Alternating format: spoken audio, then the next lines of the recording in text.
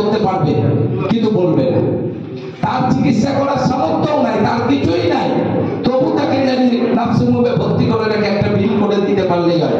আপনারা এটা করবেন না, আপনাদের কাছে আমি বারবার অনুরোধ করছি।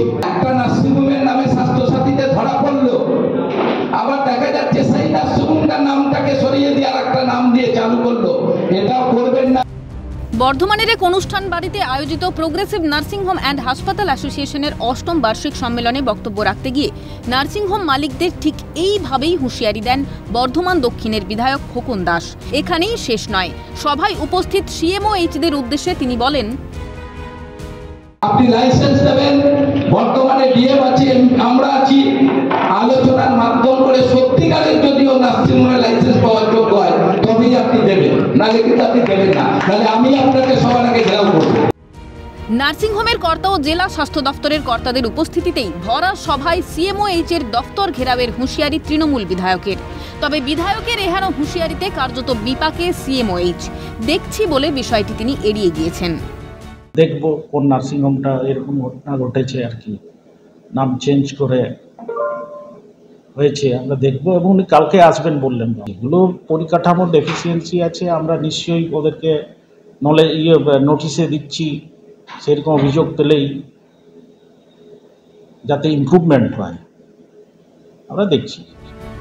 বিধায়কের বক্তব্যে কার্যত স্পষ্ট, রাজ্যের স্বাস্থ্য ব্যবস্থার যে বেহাল দশা তার ব্যতিক্রম নয় বর্ধমানও।